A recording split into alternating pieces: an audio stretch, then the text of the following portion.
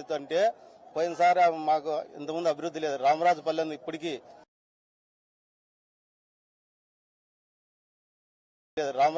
ఇప్పటికీ ఆ ఊర్లో 40 ఏళ్ళ నుండి డ్రైనేజ్ చేసిన మగోడు లేడు. మన కేతిరెడ్డి పెద్దారెడ్డి 20 లక్షలు ఇచ్చి మా చేతితో చేపించిన సామాన్య కార్యకర్తతో.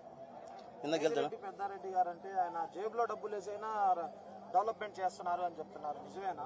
సొంత డబ్బులతో చేస్తాడు.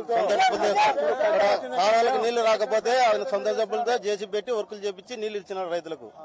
గుళ్ళు కట్టించారని 1 కిలోమీటర్ దూరం ఉండండి అని చెప్తున్నారు. వ్యాక్సిన్ వల్ల నష్టపోయిన మీరు ఎవరు నష్టపోతున్నాయని మీరంతా సంతోషంగా జగన్మోహన్ రెడ్డి ఇచ్చే సంక్షేమ పథకాల వల్ల మీరు అభివృద్ధి చెందండి అని చెప్తున్నాడు. జగన్మోహన్ రెడ్డి గారు వచ్చిన తర్వాత ఫ్యాక్షనిజం ఆగిపోయింది 100%. మీ అనంతపురంలో ఈసారి క్లీన్ స్వీప్ చేస్తారా? ఖచ్చితంగా ఈడ 14 సీట్లు ఎమ్మెల్యే 2 ఎంపీ ఖచ్చితంగా సిద్ధమయ్యారా? అందరూ సిద్ధంగా. జగన్ అంటే నమ్మకం.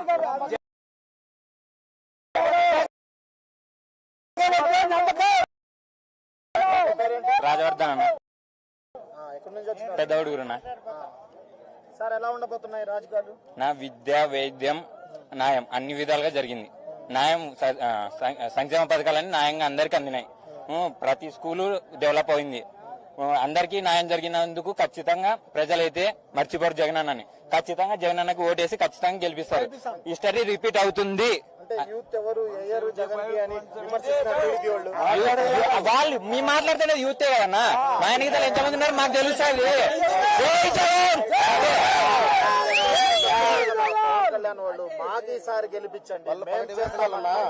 పవన్ కళ్యాణ్ 21 సీట్లు తీసుకొని ఆయన ఏం చేస్తాడన్నా?